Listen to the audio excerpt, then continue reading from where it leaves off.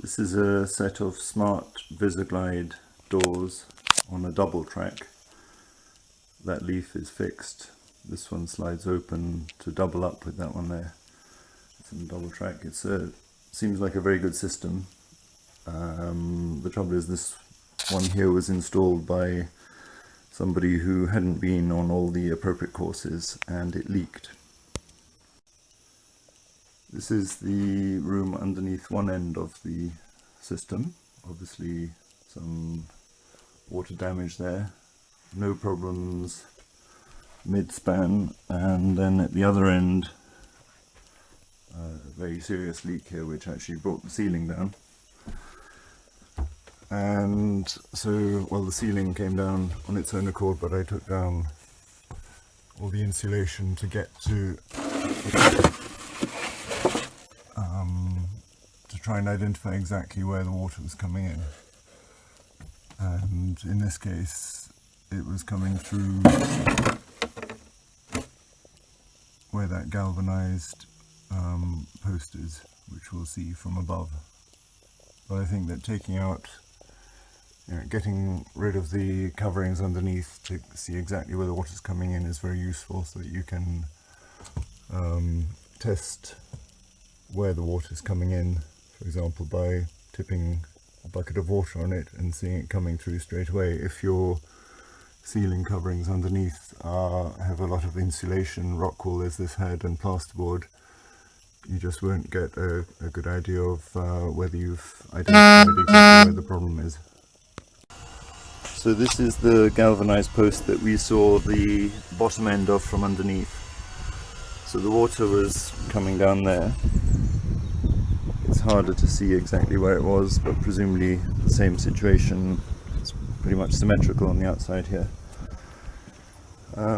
So if the water was dripping down there, it could have been coming in either from the channel within that frame, or possibly underneath here, or from any of the joints such as that vertical one there, above there, possibly the GRP roof, possibly any of these joints here.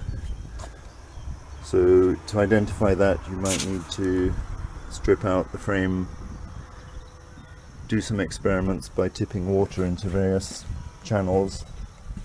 You might want to use fluorescent dye, which is a cheap powder available in hardware stores, which allows you to see whether a particular leak comes from a particular cup of water that you've chucked in.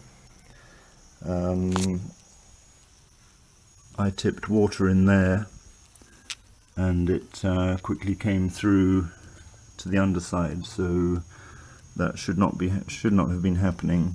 So we actually took the entire frame out and fitted it properly.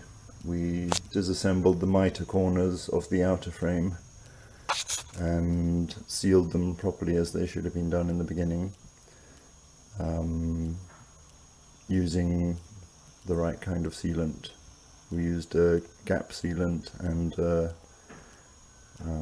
transparent waterproof sealant. On the outside now we see the weep holes. Here there's one at each end on this 2-track Visoglide. When water was tipped into the channel in there, it should have just come out of these two holes here.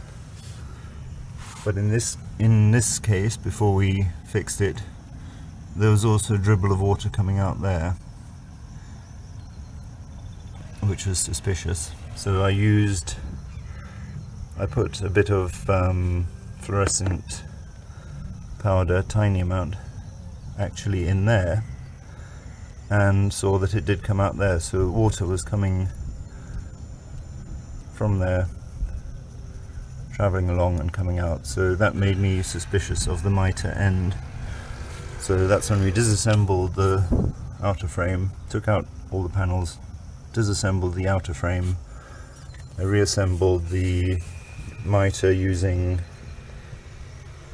this stuff here, and within there I used gap filler to block up, to prevent water from travelling along there through the blocks of alloy that are holding the frame together.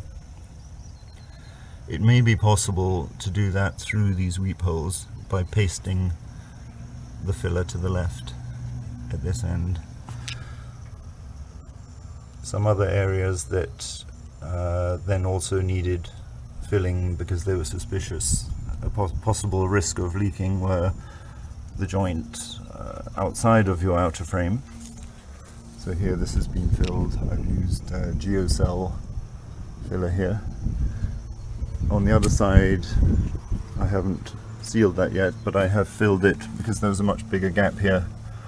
I filled that with expanding polyurethane filler so that you've got something to paste your sealant on. So I'd use a roofing sealant or similar of the appropriate colour to make sure that water is not getting in. Driven wind could get into the gap between your outer frame and your building and travel down, causing a leak. Also above, you may want to seal everywhere where water could possibly get in. Again, I've put gap filler, I've put polyurethane foam up there, and I will be filling that with sealant. You also might want to put sealant underneath there, and keep your, if you've got an exposed ceiling below, as I have, keep it exposed whilst you get through some severe weather to check that the problem has been fixed before you put rock wool and plasterboard up again, because by that point it'll be too late to fix it easily. Good luck.